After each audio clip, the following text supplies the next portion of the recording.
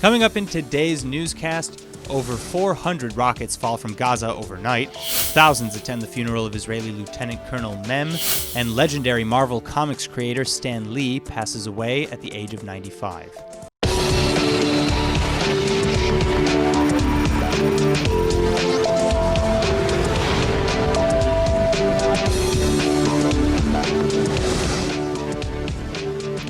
Intense rocket fire from Gaza continued to rain down on southern Israel today after over 400 rockets were fired since last night. In response to the escalation, Israeli airstrikes have returned fire towards Hamas in Gaza, reportedly hitting at least 150 targets in the Strip as of this morning. But both multiple Israeli and Palestinian casualties have already been claimed in what has become the most heated flare-up since the 2014 Gaza war. Southern Israel is under attack. In the last 24 hours, more than 400 mortars and rockets were shot at Israeli cities and villages with deadly consequences. Hamas is deliberately targeting our civilian population, and this is something that we cannot and will not accept. The IDF would strike in a strong and deadly manner in order to make sure that the message passes across and that Hamas understands that it must stop immediately with those attacks. Hundreds of thousands of Israelis in the Gaza border communities have been running into shelters, and schools across the south have also, of course, been put on hold as sirens continued to blare in Ashkelon, Sderot, and Beersheba, among others. Even a runoff mayoral vote had been postponed.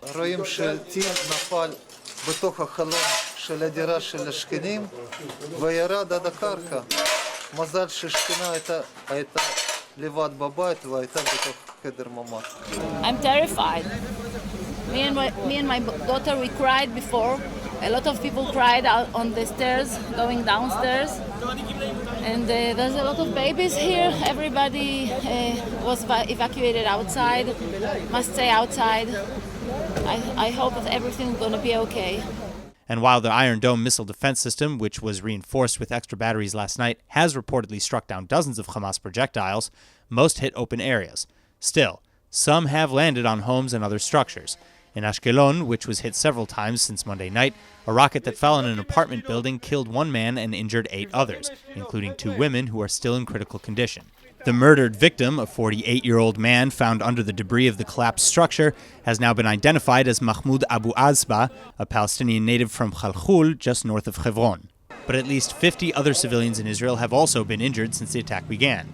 The escalation all began overnight Sunday to Monday after a botched Israeli mission in Gaza led to the death of a lieutenant colonel and the injuring of another soldier. 7 Palestinians, including high-ranking Hamas members, were also killed in the clashes, however, leading Hamas to begin retaliation Monday evening. The terror group even posted a video showing the moment a Kornet anti-tank missile launched from Gaza struck an Israeli bus driving along the border. This attack is what really galvanized Israel to action. Thankfully, though, just moments before, the large group of IDF soldiers that had been on the bus had gotten off. Another soldier who was nearby was injured, however, and is in unstable condition, while the bus driver was also hospitalized after suffering a panic attack. But returning to today, the escalation in the south has only now shown signs of slowing, as Hamas finally indicated to Egypt its willingness to return to ceasefire negotiations. Returning to the studio now with more on the story are Dr. Martin Sherman, the founder and executive director of the Israel Institute for Strategic Studies, and David Bedain, the director of the Center for Near East Policy. Thank you both for coming in, gentlemen. Thank you. So, first of all, let's begin with the question of, do you believe that there's going to be a war, especially now that maybe some of the escalation has ended? There is a war. Anyone who says there's not a war is not paying attention to what's going on. It's been very, very carefully planned, systematically planned. First, there was a 6-month period of the Arab children going through training in Gaza by UNRWA. 83% of the people living in Gaza live in the UNRWA camps, the United Nations Relief and Work Agency camps, where they were trained for a war at this period of time. The war begins in the south and will continue. They're focusing on every place where they lost in 1948. Every child gets this map. Every place which is red on the map is a place where they're aiming to attack. And it's all the places they think they lost in 1948, and they think they have a right to go there. Our films show, IsraelBehindTheNews.com, you'll see them. Our films show children indoctrinated by UNRWA, together with Hamas. They believe they have the right to attack every place here and take their homes back from 48. So do you believe this to be a false narrative, that it had anything to do with maybe the botched mission Sunday evening? I don't think the Hamas really need an excuse. What you're saying is very disturbing and very depressing. And in fact, what we're seeing in Gaza today is the paradox of Israel. Tactical brilliance and strategic imbecility. You've seen, yesterday we saw 400 war crimes within a few hours. Every single rocket fired by Hamas at the civilian population is a war crime.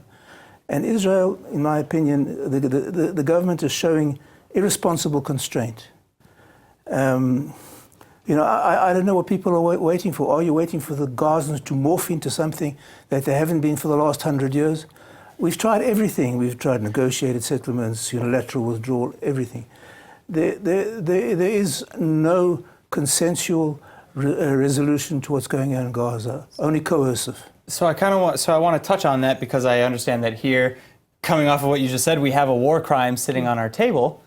Would you like to kind of maybe tell us a little bit about this? This is a Qassam rocket. I brought it to the studio because most people have not. They heard rockets and missiles, but they've never seen one.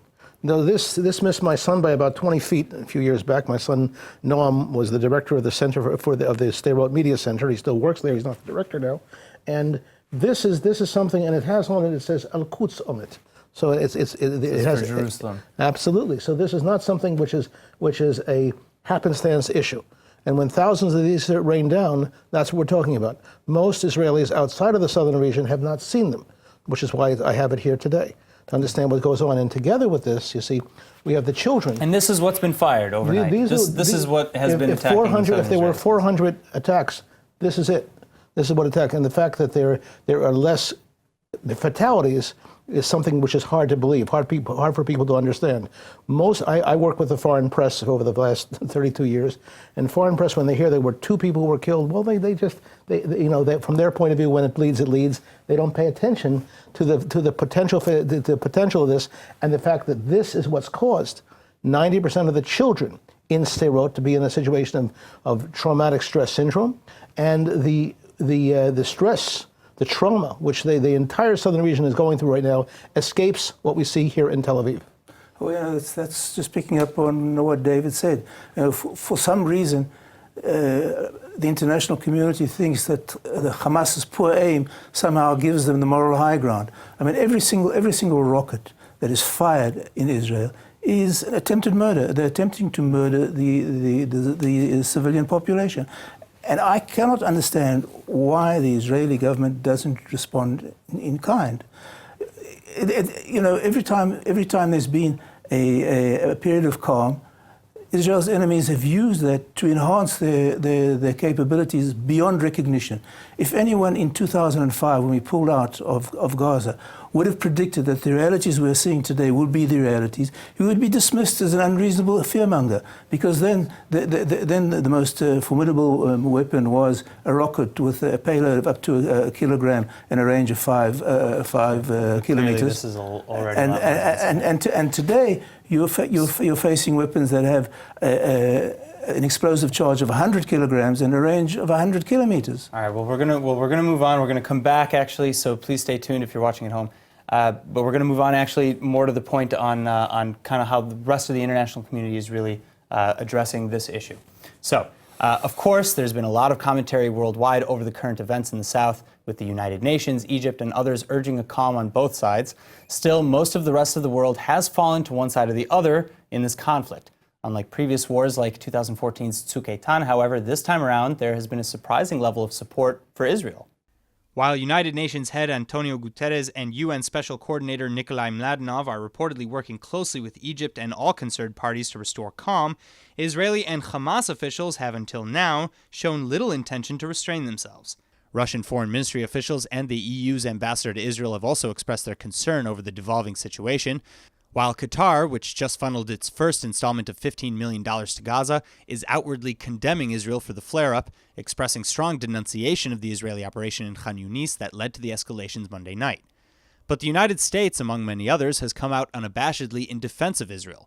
The White House explained that Hamas is, quote, forcing Israel into military action. In fact, White House senior advisor in the Middle East, Jason Greenblatt, tweeted yesterday that the world has, quote, grown tired of Hamas's violence and the violence of other bad actors in Gaza. He continued that Hamas's actions should be condemned by all, as, quote, even Palestinian lives seem not to matter to Hamas, end quote. The Czech Republic similarly released a statement from President Zeman's office saying that, quote, Hamas is clearly a terrorist organization and that Israel has the full right to an aggressive response. Canada also has issued tweets through their Israeli embassy in support of the Jewish state's response. They tweeted, quote, full solidarity with southern Israel and the cities impacted, and Hamas must immediately stop targeting civilians.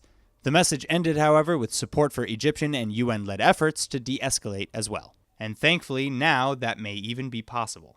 Now, to continue our conversation, please welcome again Dr. Martin Sherman, the founder and executive director of the Israel Institute for Strategic Studies, and David Bedain, the director of the Center for Near East Policy. Again, thank you for being here.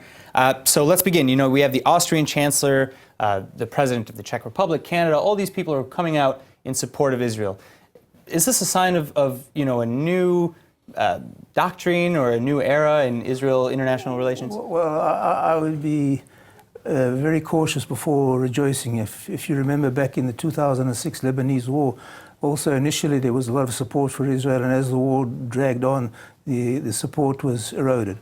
There may be a change. There might be a change because of the rise of the right-wing parties in Europe. There's certainly been a change in the administration in Washington, and I think that's probably beefed up the support for Israel. But also remember, Israel's been pulling its punches. I mean, you know, any normal nation that was subject to a barrage of hundreds of missiles on its civilian population would have gone in with far greater force.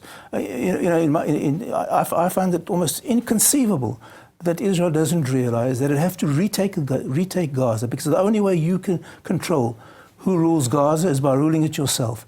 And there may be casualties, but the fault for those casualties, the guilt for those casualties, is squarely on the shoulders of people who pushed for territorial withdrawal from Gaza. They created what you have, the emerging strategic threat in Gaza, is the fault of the Israeli peace camp. I would say something else. 83% of the people in Gaza live in UNRWA camps, and they are being supported internationally. Mm-hmm. They're not being supported by someone from Mars, internationally. So you think this is just rhetoric? Well, here's what's happening. It's not rhetoric. What's happening is that over the last several months, 100,000 youngsters were from the UNRWA schools were trained in military training along the Gaza border with the idea of taking back the homes they lost in 1948, according to what they've been indoctrinated to believe. I have pictures here which come from our film Terror of Return of children under arms, and this is the international contribution. This is what the world has contributed. Now, we sent a letter, for example, and I encourage people who watch this program to ask all the embassies. All the major countries are involved in funding this system. We sent a letter to the British government. The letter we got back was about the fact that there's military training in the schools, something called Al-Qutla clubs. The answer we got, we have tools with which we can use, what do they want, a toolbox? And that was the response we got. And this is what's going on. The kids are being trained this, and so far, they haven't been put to the front line at this point. They may be in the near future. They did move towards the borders, the border fence number of times, and the casualties were minimal because Israel basically didn't react yet. However, this is inevitable. This is going to get very bloody, and we're going to see a lot of children casualties. When we see the children casualties and the other side will play that up, then we'll see whether the international support remains. Because that's the issue that UNRWA is pushing these kids to die on the border for the right of return. And they're convinced of it. They're convinced that that's what they have to do. Final words. Yeah, I think much of the fault for international condemnation and international support, or the condemnation of Israel and support for the Palestinians, is the Israeli government's fault. They've been completely derelict in presenting Israel's case. And as I've said before in a number of programs, the amount of resources that Israel spends on public diplomacy is laughable. 1% of state budget is over $1 billion. With $1 billion, you can change a lot of minds and win a lot of hearts. And Israel's not doing that. All right, Dr. Sherman, David Bedain, thank you both very much for coming in and sharing your insights with us. In related news, the IDF Special Forces officer who was killed overnight Sunday in Khan Yunis during the botched undercover operation in Gaza has been laid to rest. The 41-year-old soldier has been identified in the media only by his Hebrew initial Mem, and Mem was from the community in northern Israel. He leaves behind a wife and 2 children, and his friends and family continuously say how humble, modest, and how gifted a warrior he was. Then President Reuven Rivlin, Education Minister Naftali Bennett, and Communication Minister Ayub Kara all represented the government as the lieutenant colonel was laid to rest. In his eulogy, President Rivlin said, quote, "I came to thank and salute a hero on behalf of the entire nation of Israel. The very best of our boys, whose memory will be forever ingrained in our hearts. Your pain is our pain. Your grief is our grief. The grief of the whole people, the people of Israel." End quote.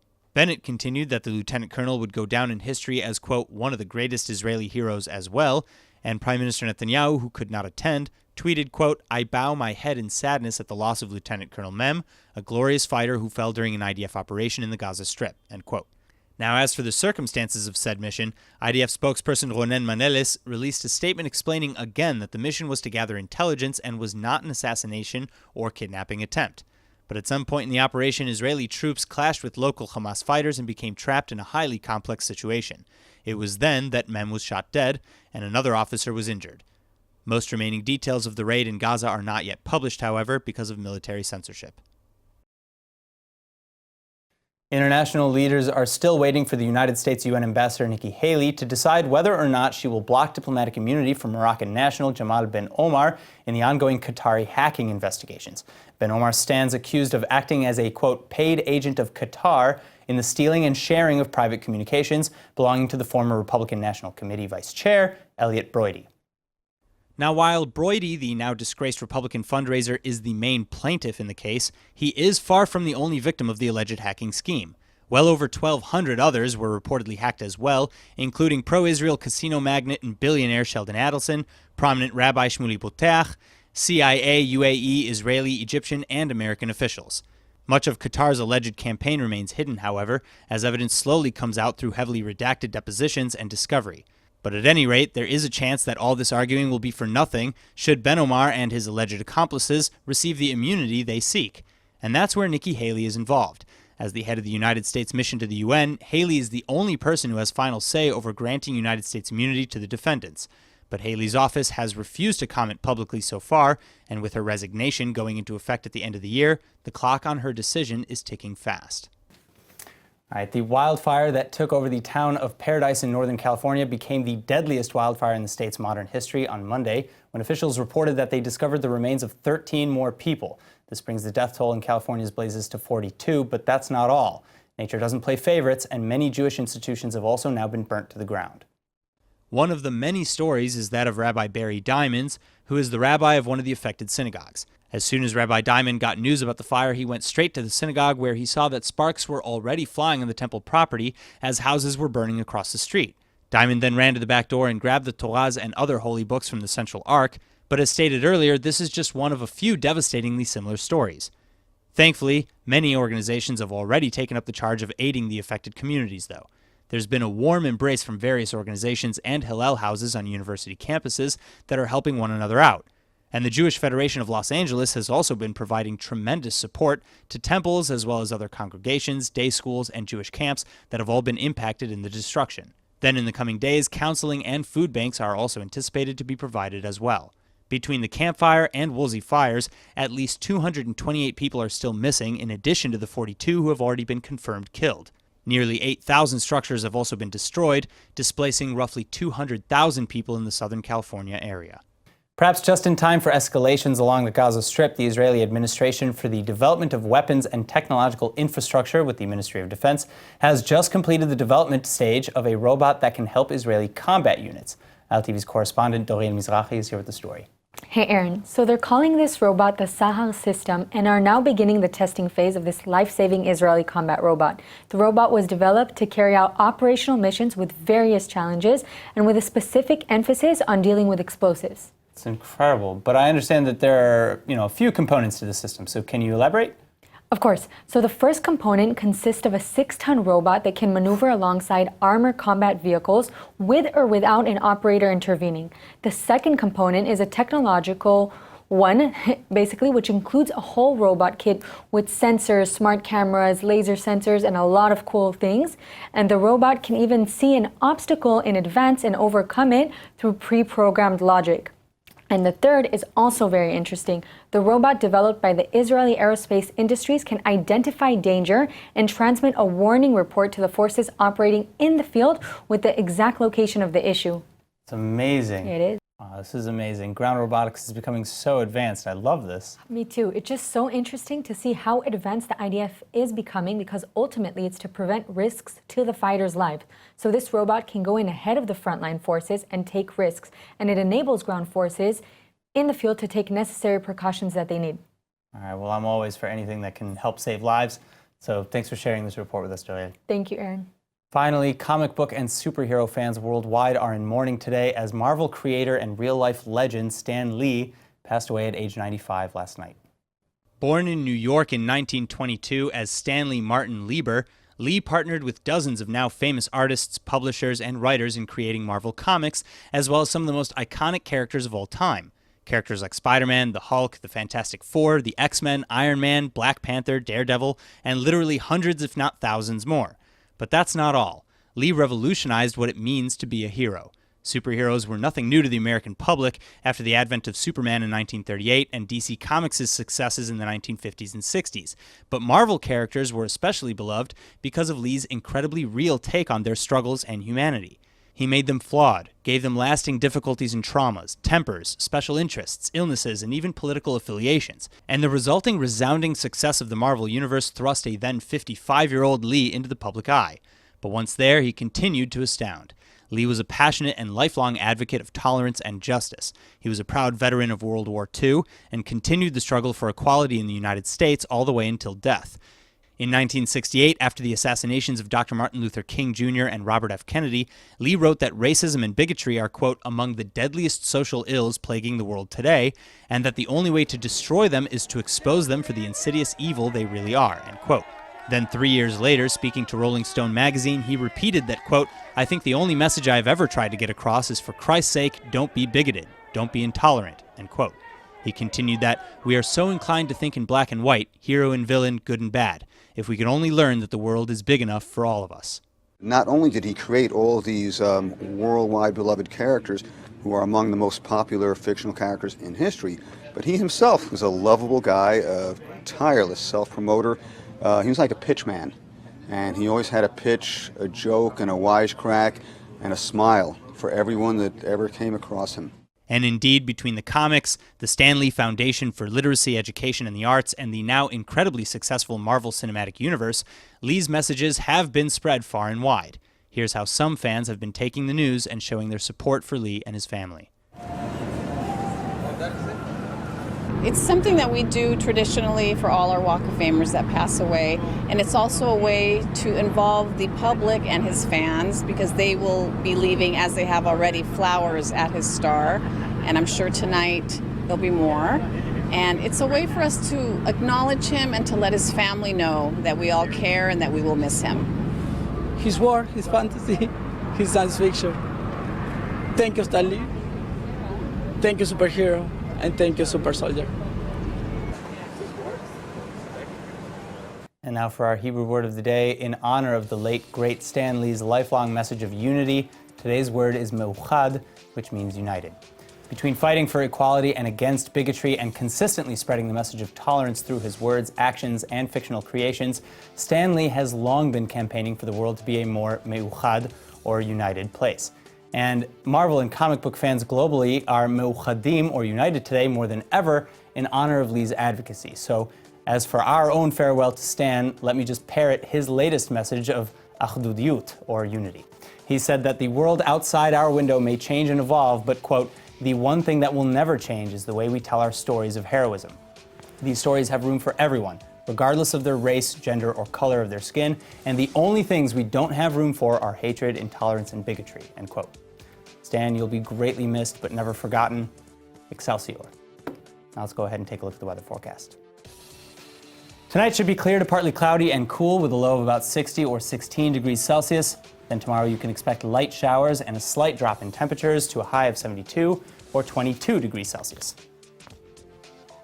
All right, that's it for today's news. Today's exchange rate is 3.69 shekels to the American dollar. Remember to sign up for our daily newsletter at iltv.tv, and don't forget to follow us on Facebook at Israel English News and on Twitter at ILTV News. I'm Aaron Porras. Thank you for watching.